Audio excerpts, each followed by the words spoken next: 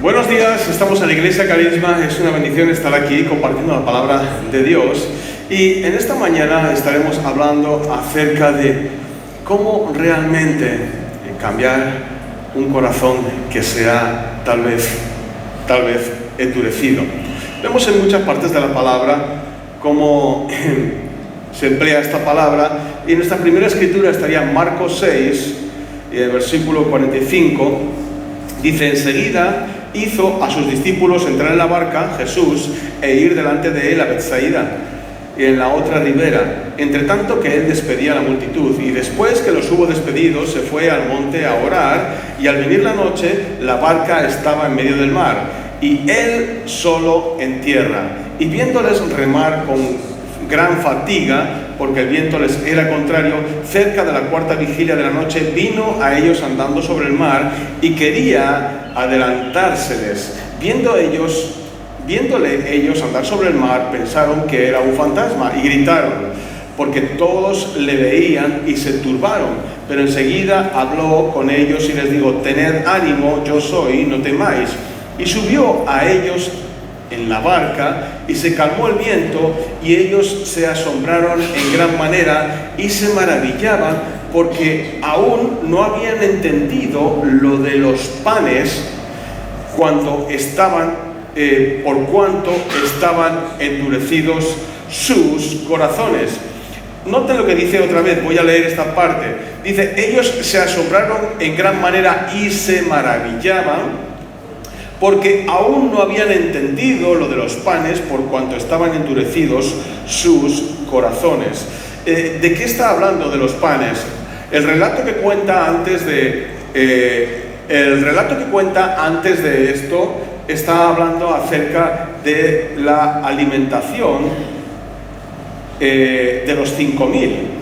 Entonces, en ese evento, Jesús dice a sus discípulos, los discípulos le dicen a Jesús: Maestro, despide a la gente porque están aquí y no tienen ya para comer. Y entonces Jesús se vuelve a sus discípulos y les dice: dadles de comer, ¿sí?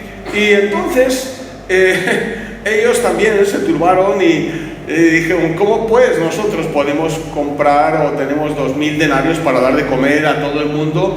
Y dice: ¿qué tenemos? Y ellos dijeron: tenemos 5 panes y 2 peces, ¿no?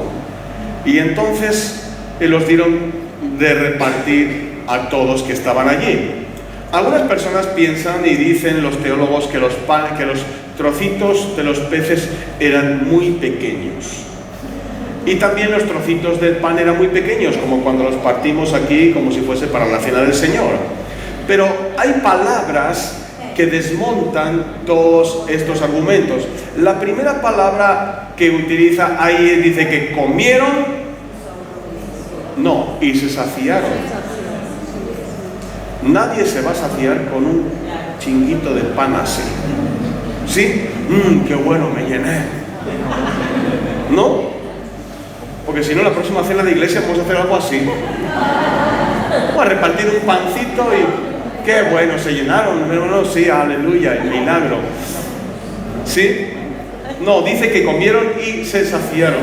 Y luego sobraron 12 canastas. Yo creo que fue una para cada discípulo. Ahora se recogen, se llevan una canasta cada uno a su casa. Esto pesa, maestros, ya se aguantan por incrédulo. Un poco de humor. Pero todo tiene mucho sentido. Tiene sentido que sobraran 12 canastas, ¿no? Tiene mucho sentido. Cada uno puede interpretar lo que quiera. Yo interpreto eso, que le dijo: coja, ahora se lleva la canasta a casa. Para que afine, ¿no? Así la próxima va a entender mejor. Y aquí hay algo muy interesante, porque está diciendo, en la última parte del versículo, está diciendo: porque aún no habían entendido lo de los panes. O sea, ellos estaban todavía con su mente, vamos a decirlo así, en el milagro que acababa de ocurrir. Cuando a la siguiente, Jesús les dice que vamos al otro lado, y Jesús luego viene pues en andador, ¿no? Viene como ahí, en lancha motora sobre las aguas. Y los discípulos todavía se asustan porque piensan que es un fantasma. Entonces no se habían todavía acomodado al asunto anterior cuando realmente ya vienen con otra historia, como que Jesús puede andar sobre las aguas. ¿Esto qué es? Y aquí hay algo muy interesante, y es de lo que quiero hablar hoy. La Escritura realmente dice: aún no habían entendido lo de los panes por cuanto estaban endurecidos sus corazones.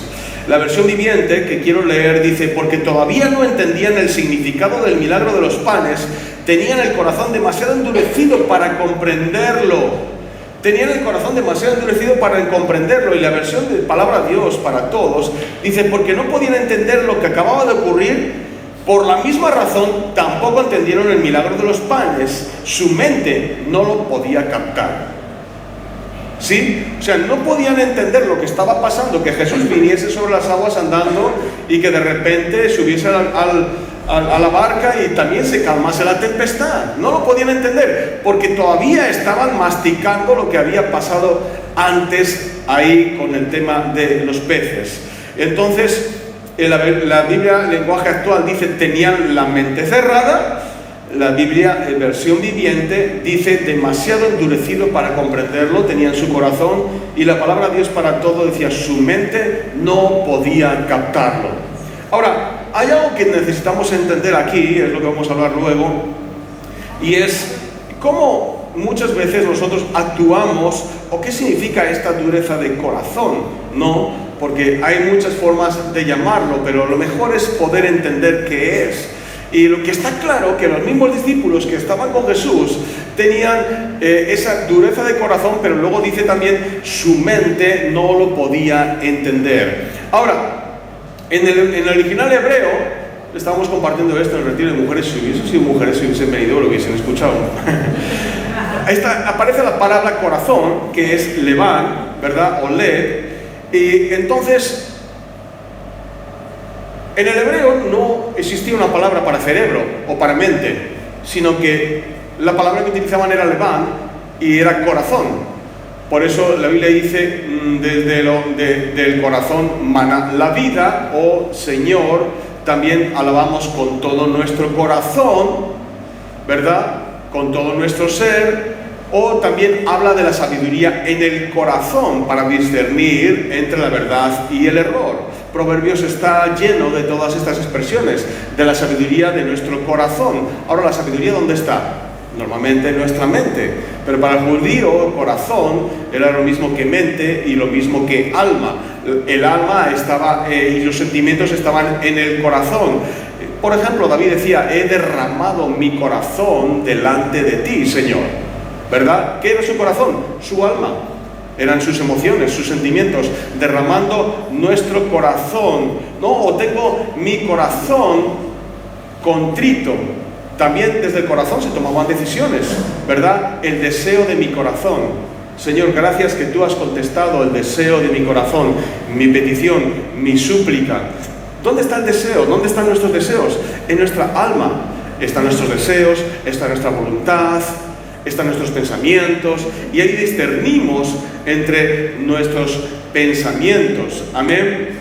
Entonces, David a veces también decía: se rompe, mi corazón está quebrantado. O también dice: temor vino a mi corazón, ¿verdad? Normalmente nosotros tenemos nuestro temor. ¿Dónde tenemos temor? ¿Sí? ¿En nuestro espíritu podemos tener temor? No. Ha sido realmente renovado. Mi espíritu no está lleno de temor. Puedo tener temor o pensamientos de temor. Y ese es el punto, ¿no? Crea en mí, Señor, un corazón puro. Mente y corazón eran lo mismo. ¿Podemos entender esto? Mente y corazón son lo mismo. Y la palabra de Dios nos exhorta en todo sentido, y vamos a verlo. Si puede venir conmigo un momento aquí a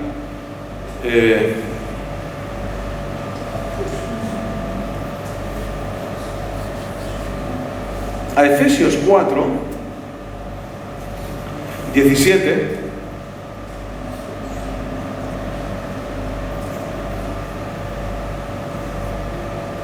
Vamos a ir un momento a Efesios 4.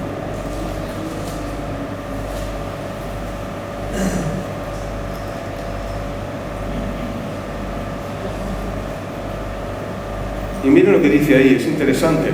Dice, esto pues digo y requiero del Señor, que ya no andéis como los otros gentiles que andan en la vanidad de su mente. ¿Pueden decir conmigo vanidad de la mente? Dice, teniendo el entendimiento entenebrecido, ajenos de la vida de Dios por la ignorancia que en ellos hay.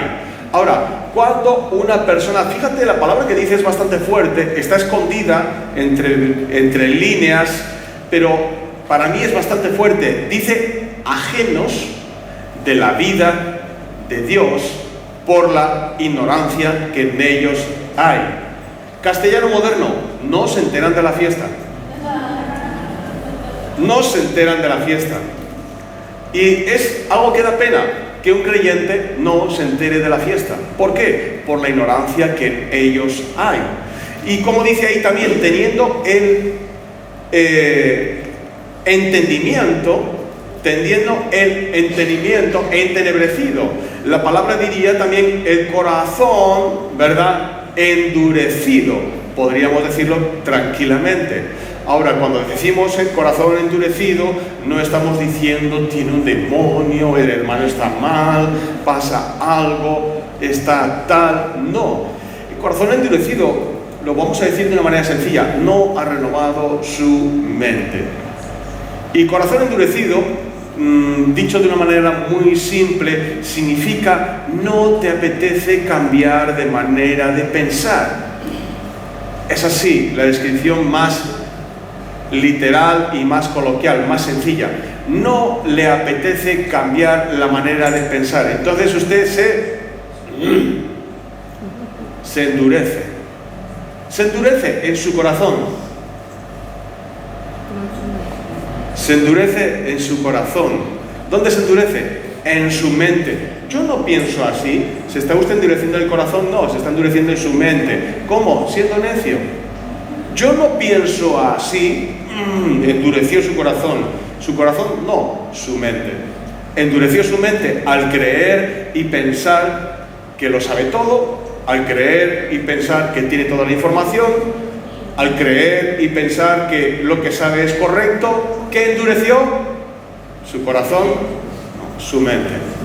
Amén. Por eso he explicado lo que en el Antiguo Testamento los judíos creían. No creían en el cerebro, no creían en la mente, todo era corazón. Sí, por eso cuando está explicando aquí acerca de la dureza del corazón, está hablando acerca de esto realmente. Entonces, no quiero que ignoréis, no quiero que seáis ignorantes, que no andéis como los otros gentiles que andan en la vanidad de su mente, teniendo el entendimiento entenebrecido, ajenos de la vida de Dios por la ignorancia que en ellos hay, por la dureza de su corazón.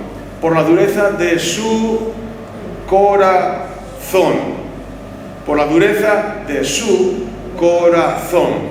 ¿Sabe que una persona puede vivir ajeno de la vida de Dios? Por supuesto.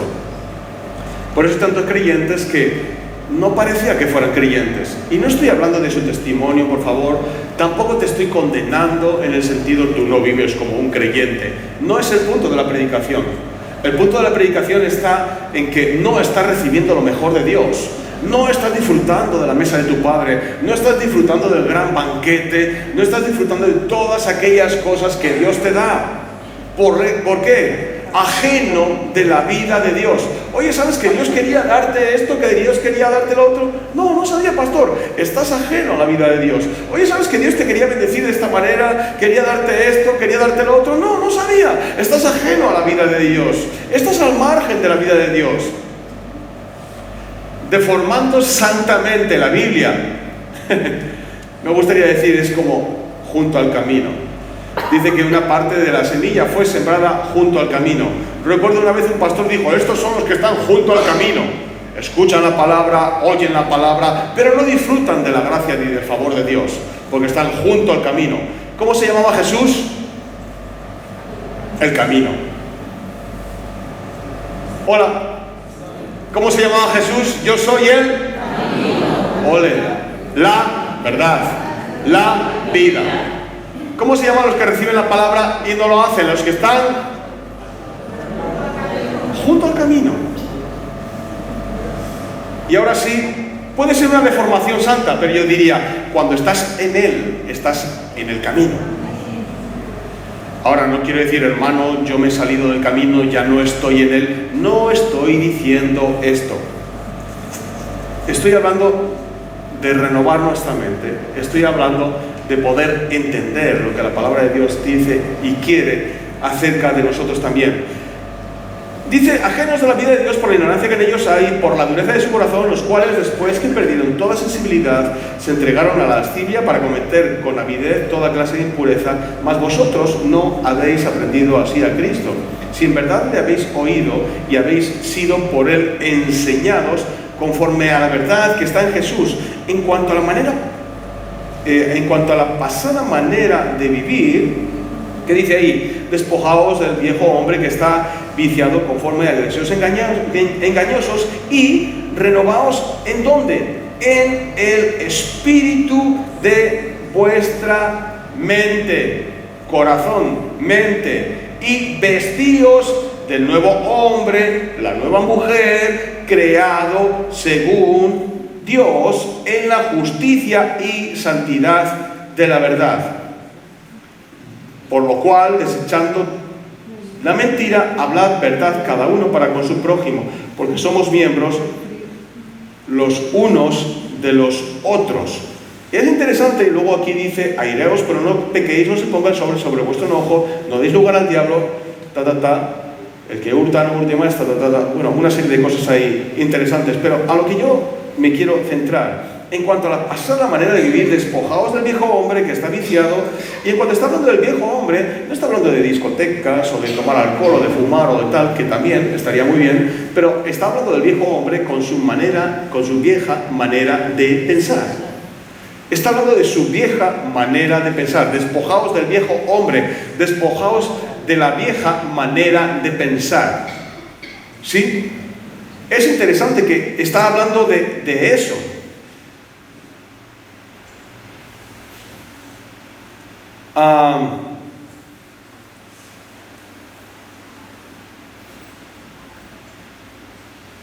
Dice aquí en la versión del lenguaje actual, ustedes deben cambiar completamente su manera de pensar y ser honestos y santos de verdad, como corresponde a personas que Dios ha vuelto a crear para ser como Él.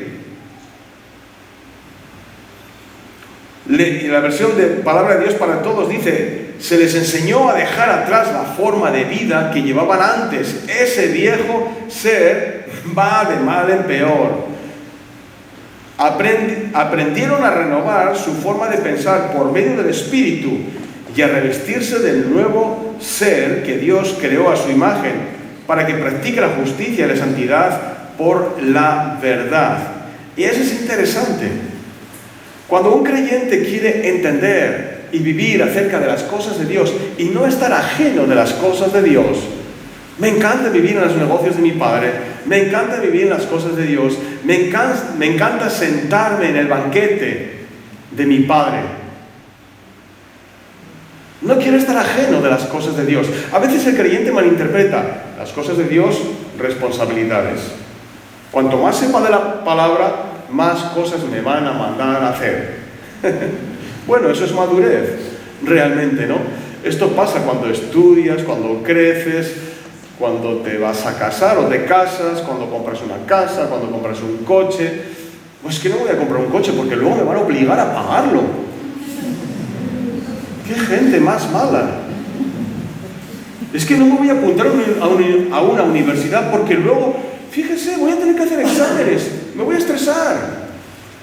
¿Sí? Es que tampoco quiero trabajar porque, imagínense, levantarse a las 8 o a las 6 de la mañana y volver a las 6 de la tarde a casa. ¿Qué esclavitud es esa? Solo para que me paguen un sueldo que encima no estoy de acuerdo. Se llama madurez. ¿Sí? Cuando un creyente conoce la palabra, tiene madurez. Y la madurez siempre le da a usted libertad. ¿Sí? La madurez realmente le ayuda a vivir en esa autoridad que tiene en Cristo. Pero ¿qué ocurre cuando nosotros queremos vivir en lo mejor de Dios, pero no hemos cambiado nuestra manera de pensar y nos hemos endurecido nuestro corazón? Y digo, ¿cómo es la parte normal. No, yo no estoy de acuerdo con eso. Bueno, dime otra manera. No estoy de acuerdo, ¿verdad? Hay gente que dice, porque no me lo enseñaron así, a la iglesia que yo iba, porque no lo aprendí así, porque no lo entiendo. Bueno, lo dice la Escritura, por la ignorancia que en ellos hay. Muchas veces cuando no entiendes algo, está claro, y lo digo con mucho respeto, estás siendo ignorante. No lo digo como un insulto, sino que estás ignorando algo.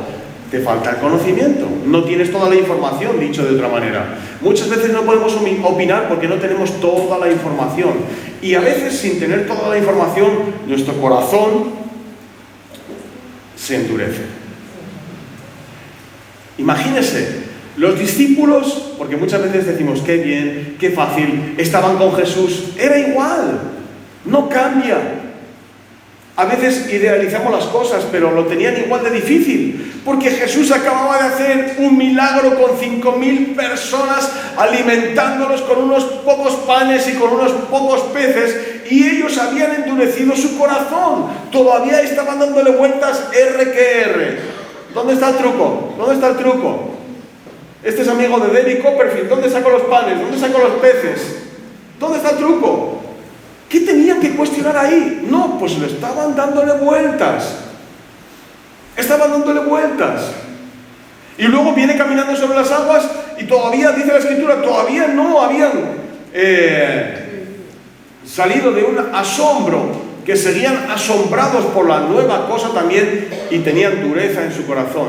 La Biblia, en la otra versión, estábamos diciendo que no lo podían entender. ¿Saben que hay un montón de personas aquí en esta mañana hoy que se están perdiendo un montón de bendiciones porque no las pueden entender? Simplemente hay personas aquí que no han recibido sanidad porque no lo pueden entender. Porque no pueden entender cómo de repente una persona está enferma y de repente una persona está sana. No lo pueden entender. Porque luego hablar, no, pero mi hermana Pepita también oró y no se sanó. Y luego la hermana Juanita también oramos y tampoco se sanó. ¿Y por qué yo sí me voy a sanar?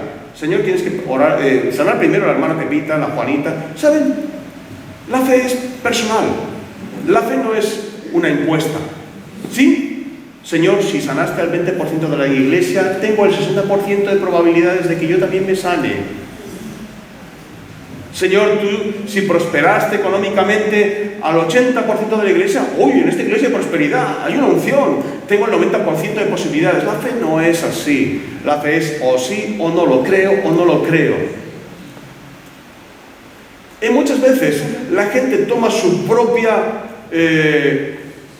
argumento y su propio para establecerse en una situación con dureza en su corazón. Y eso es lo que la Escritura habla como dureza de corazón. En el castellano moderno, en esta zona, le llamamos cabezonería. No sé cómo le llaman en su lugar de nacimiento. Testarudez, cabezonería. ¿Alguna palabra más? Terquedad. ¿Sí? Terquedad. ¿Alguna palabra graciosa para...?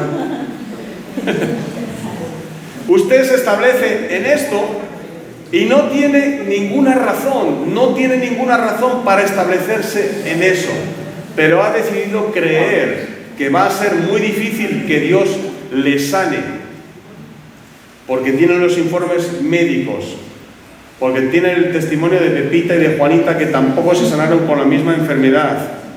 Luego yo sé que para aumentar su fe se meten en Google y buscan toda serie de informes de esa enfermedad. Pastor, el 90% se mueren.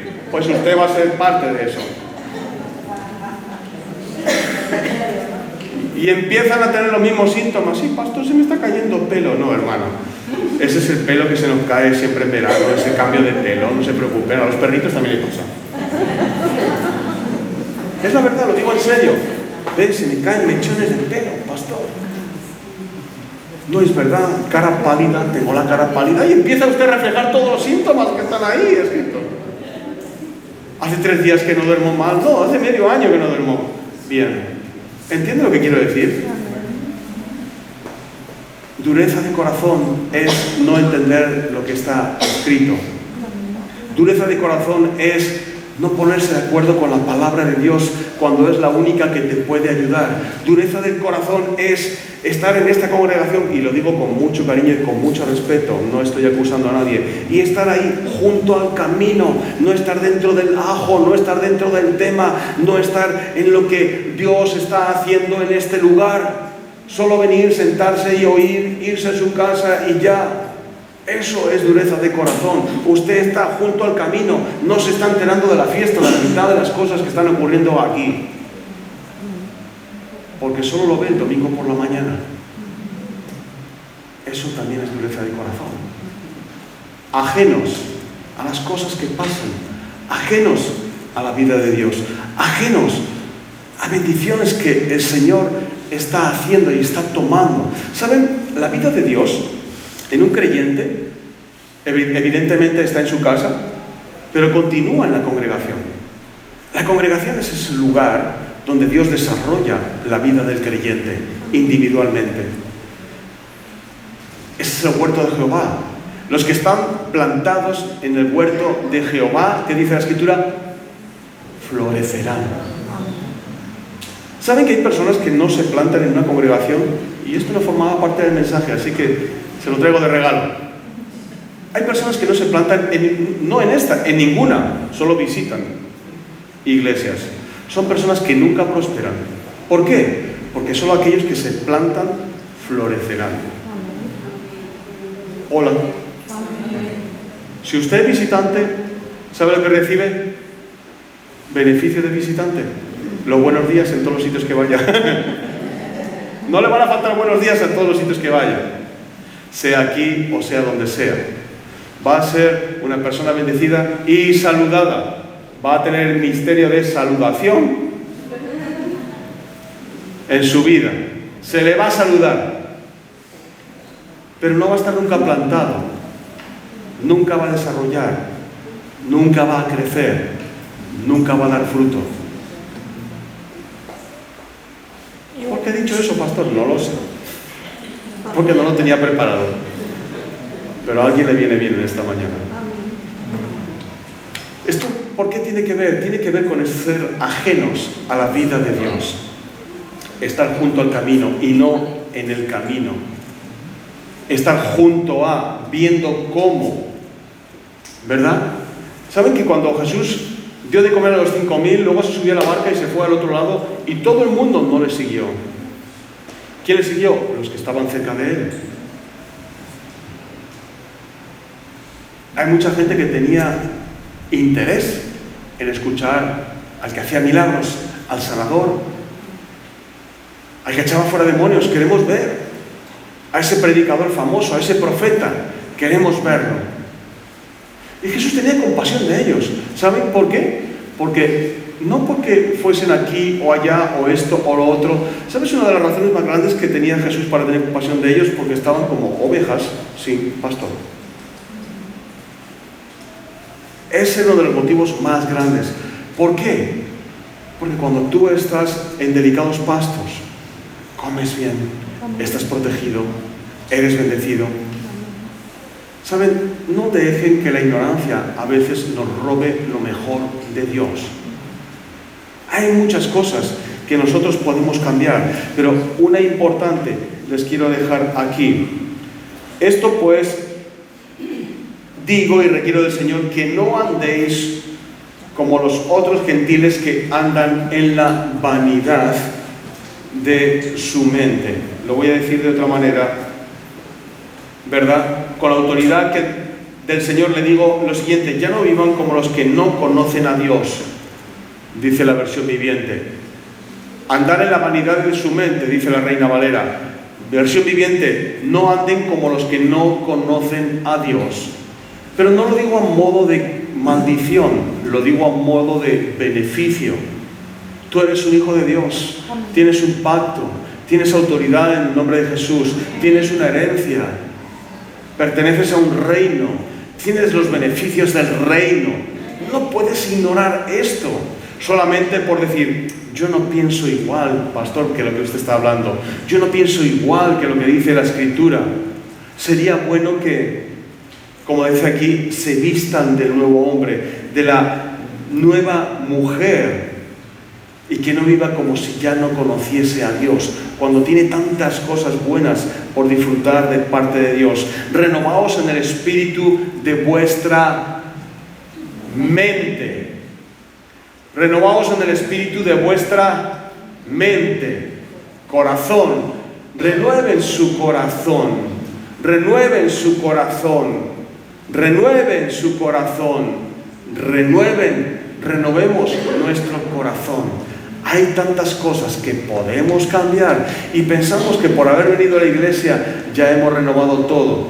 Pero recuerden, podemos estar en la iglesia viendo el paisaje junto al camino y no estar junto o en el camino, entendiendo las cosas. ¿Por qué? Porque los discípulos a veces les pasaba también. Imaginen ellos con dureza de corazón, Jesús diciendo, vosotros sois duros de cerviz.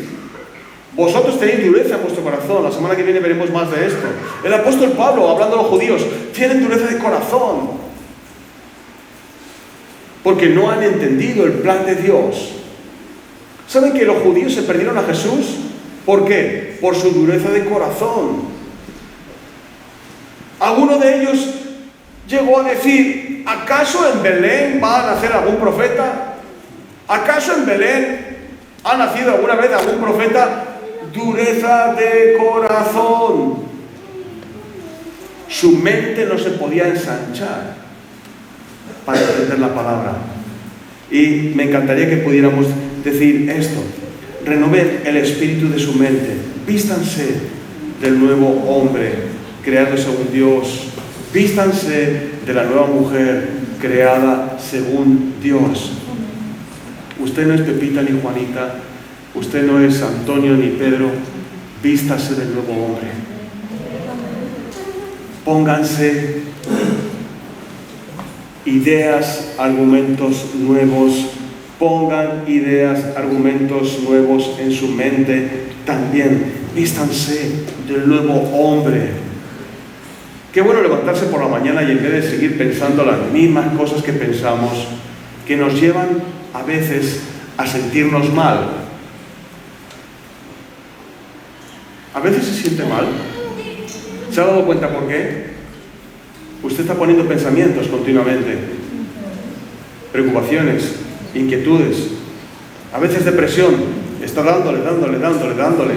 Vístanse de la nueva mujer, vístanse del nuevo hombre. ¿Cómo? Pongan pensamientos conforme a lo que está escrito. La semilla que cae en tierra fértil, dice la Escritura, que da fruto 30, 60 y 100 por uno. Amén. Gloria a Dios. Tengan una semana con la ciudad. Bendiciones.